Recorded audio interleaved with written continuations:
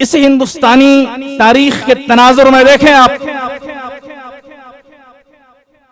चूंकि पूरी दुनिया में सबसे ज्यादा मुसलमान हिंदुस्तान में पाए जाते हैं, पूरी दुनिया की इमामत व क़यादत हिंदुस्तानी मुसलमानों ने की है।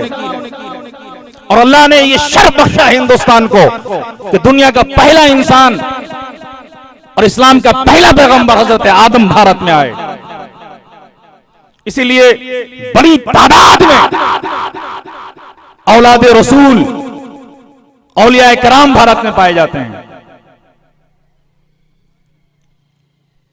जब हिंदुस्तान के तुल अर्ज पर मुस्लिम हुक्मरानों की हुकूमत थी तो हिंदुस्तान सोने का चिड़िया था। पूरी दुनिया हिंदुस्तान को ललचाई हुई नजरों से देख रही थी। उसकी वजह यह थी कि हिंदुस्तान का हर शहरी, भारत का हर शख्स पढ़ा लिखा था और बारोजगार था। जहालत यहां नहीं थी, इसलिए कि इस्लाम जहालत की जिद है। इस्लाम जहालत को पसंद नहीं करता है। इस्लाम का मकसद ही तालीम है। और कुरान की पहली आयत ही जो रसूलुल्लाह सल्लल्लाहु तआला अलैहि वसल्लम पे उतरी है, उसका मतलब ही पढ़ना है, इक़रा।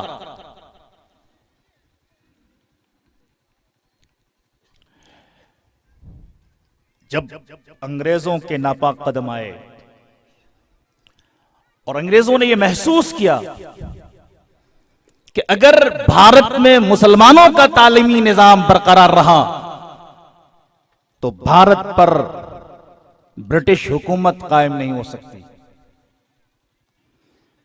इसलिए भारत से सबसे पहले उस निजाम तालीम का खात्मा किया जाए जिस निजाम तालीम को मुसलमान चला रहे हैं। तजम्मुल खान साहब बैठे हैं, ये इस इलाके के बड़े अच्छे लीडर हैं, मुसलमानों के हमदर्द हैं, मुसलमानों की लड़ाई लड़ रहे हैं। मैं इनको मुबारकबाद पेश करना चाहता हूं, अल्लाह ताला इन्हें कामयाब करे। मैं आपसे बताना चाहता हूं कि 2 फरवरी 1835 में इंग्लैंड के पार्लियामेंट में लॉर्ड मैकॉले ने कहा था कि मैं पूरे हिंदुस्तान के तूलो अर्ज पर घुमा हूं, मैंने हिंदुस्तान के कोने कोने का मुशाहिदा किया है।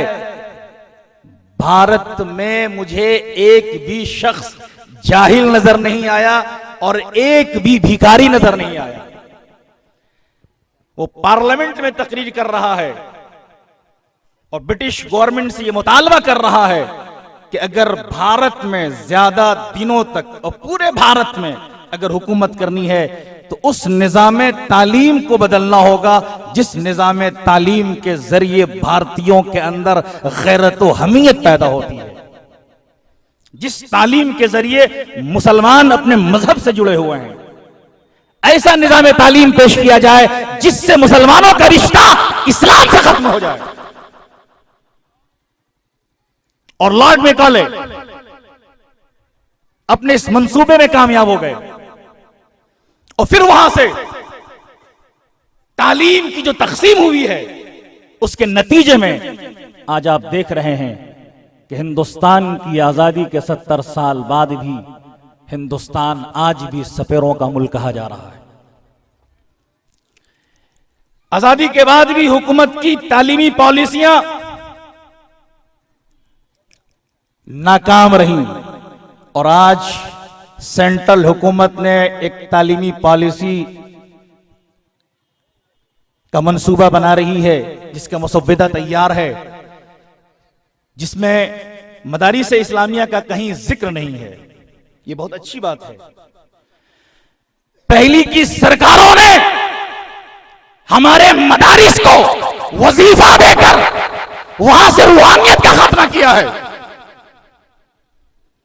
मैं मुसलमानों से कहना चाहता हूं और मैं भारत की तमाम रियासतों की हुकूमत से और सेंट्रल हुकूमत से भी कहना चाहता हूं कि हमारे तालीमी मराकिज को, हमारे मदारिसों मकातिब को हुकूमत के वजीफे की जरूरत नहीं है, बल्कि हमें मुस्तफा के आल की जरूरत है।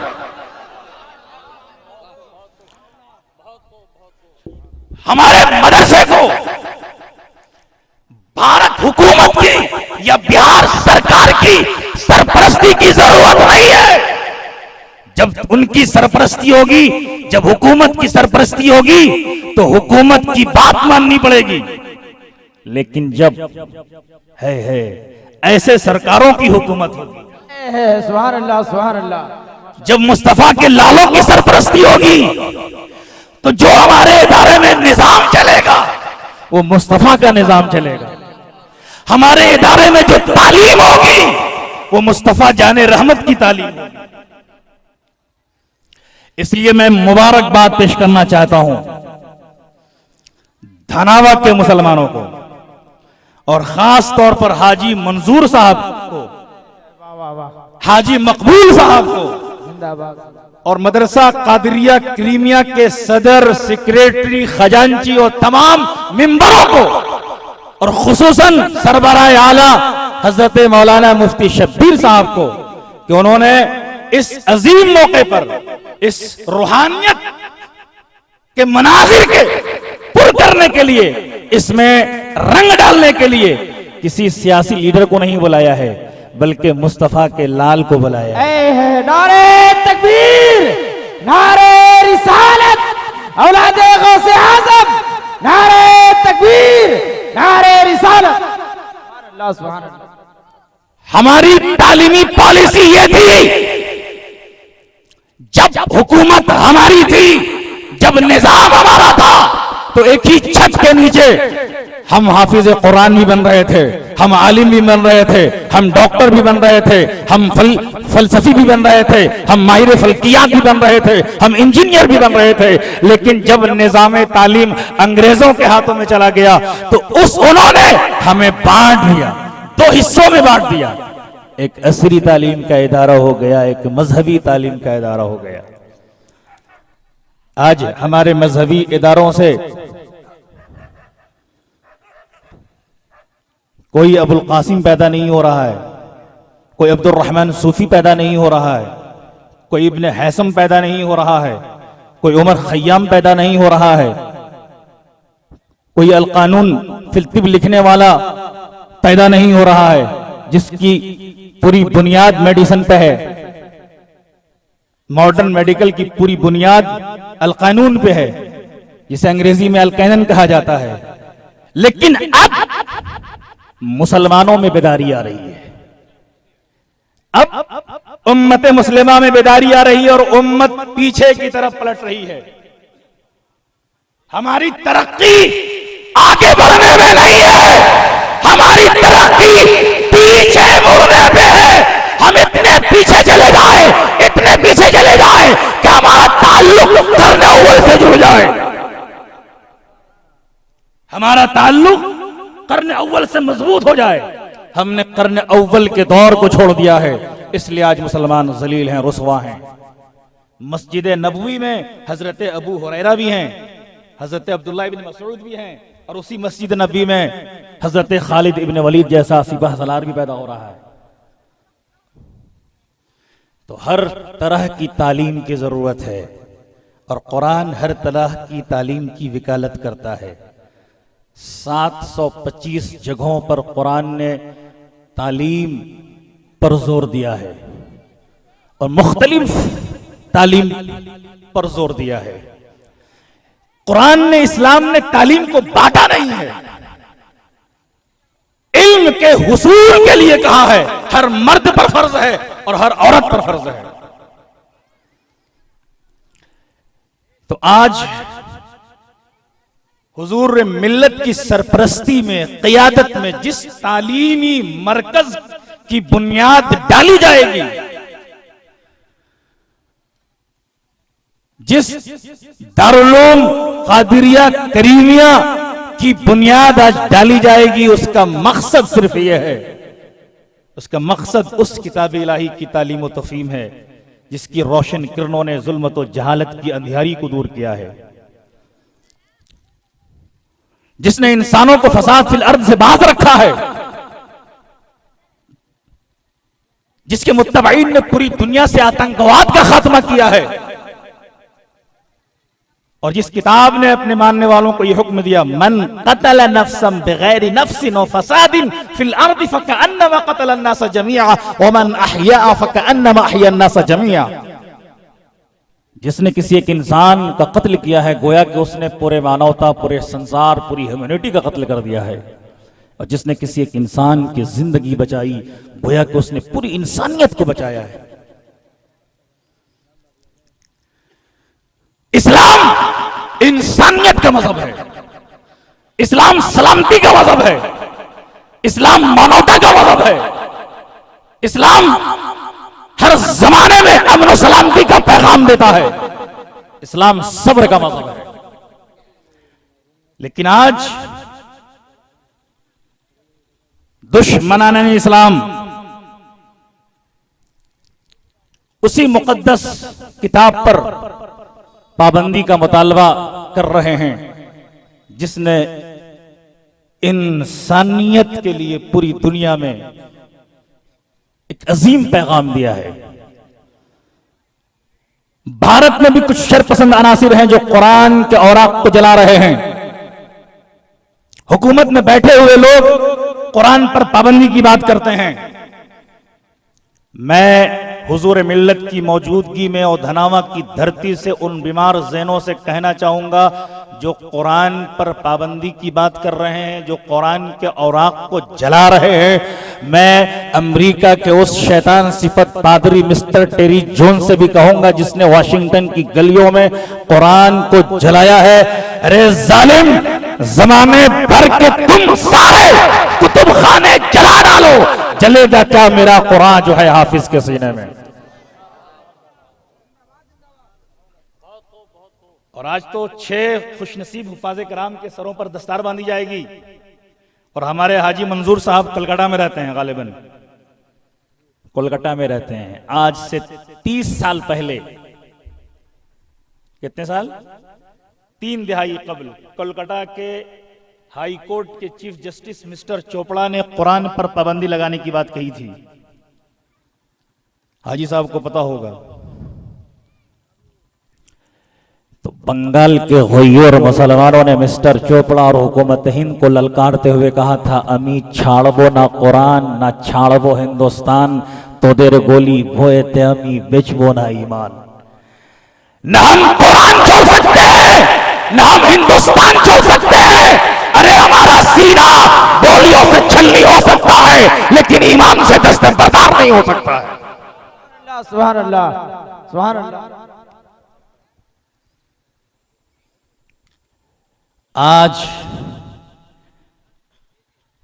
उसी कुरान की तालीम देने के लिए जिसने हिंदुस्तान के उलझे हुए मसाइल का हल पेश किया है, जिसने हिंदुस्तान के गोसुए बरहम को आरास्ता किया है, तारास्ता किया है। भारतवासियों, तुम्हें मालूम होना चाहिए कि इसी भारतवर्ष में बेवाओं को शौहरों की चिताओं पर जलने पर मजबूर किया जाता था।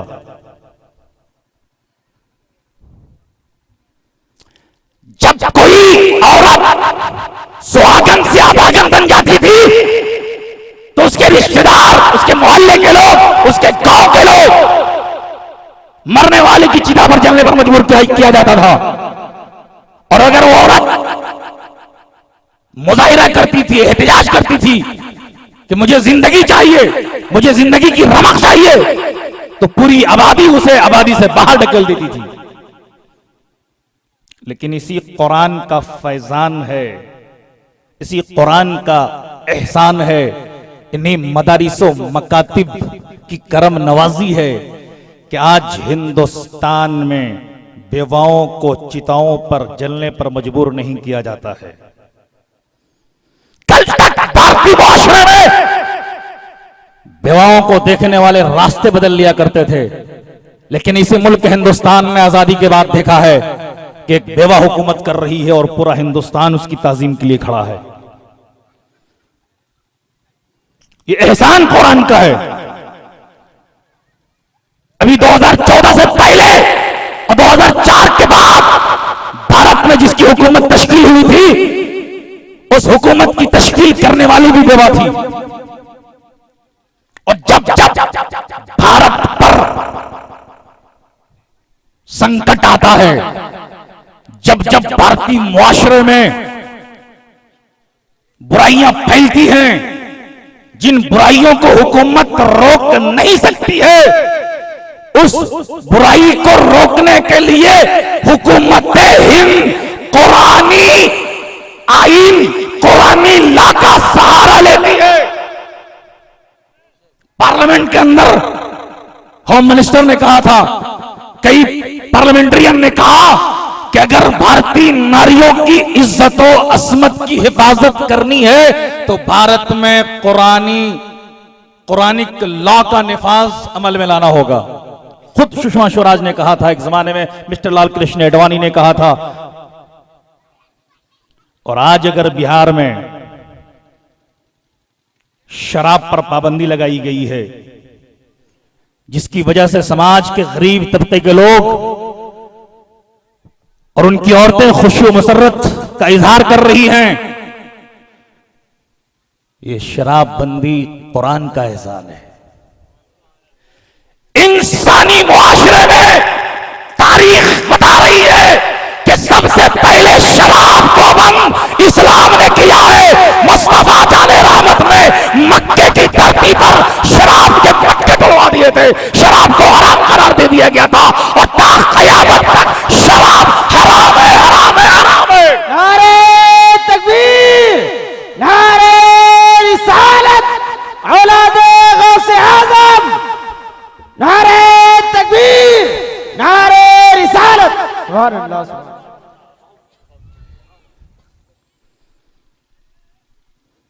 और आज उसी कुरान के पैगाम को भारत के हर घर घर में पहुंचाने के लिए दारुल उलूम कादिरिया करीमिया की बुनियाद डाली जा रही है। जबकि दारुल उलूम कादिरिया करीमिया अभी भी मस्जिद में, अच्छा मस्जिद से मुत्तसिल किसी इमारत में जो आरजी इमारत है, उसमें तालीम हाजी मंजूर साहब के दौलत कदे पर या उनकी इमारत में दारुल उलूम रवां दवा है और अपना फैजान बांट रहा है। उसी फैजान का नतीजा है कि आज 6 मेहमान है 6 मेहमानान रसूल के सरों पर औलादे रसूल के हाथों से दस्तार बांधी जाएगी। इन्ना नहनु नज़्ज़लना ज़िक्र व इन्ना लहू लहाफ़िज़ून। हमने कुरान को नाजिल किया और हम ही उसकी हिफाजत करने वाले हैं। कितना खुश नुमा मंजर होगा, कितने खुश नसीब हैं ये लोग जब हुजूर मिल्लत के हाथों से, जब फैज़ मिल्लत के हाथों से, जब सैयद साहब के हाथों से उनके सरों पर दस्तार सजाई जाएगी। कितने खुश नसीब हैं इनके माँ बाप जिन्होंने अपने बच्चों को कुरान के हिफ्ज़ के लिए मुख्तस कर रखा है। और उन माँ बाप से भी ज्यादा इन बच्चों के लिए सरपरस्त और मोहसिन हाजी मंजूर साहब हैं, हाजी मकबूल साहब हैं और हजरत मौलाना शब्बीर साहब हैं और इनकी पूरी टीम है कि इन्होंने शब रोज मेहनत की है, इनके नखरे को बर्दाश्त किया है, इनको खाना खिलाया है, इनको नाश्ता कराया है, इनके कपड़े गंदे हुए हैं तो कपड़े को धुलाया है और इन्हें हाफिज कुरान बनाया है। कल क़यामत के मैदान में हाजी मंजूर साहब,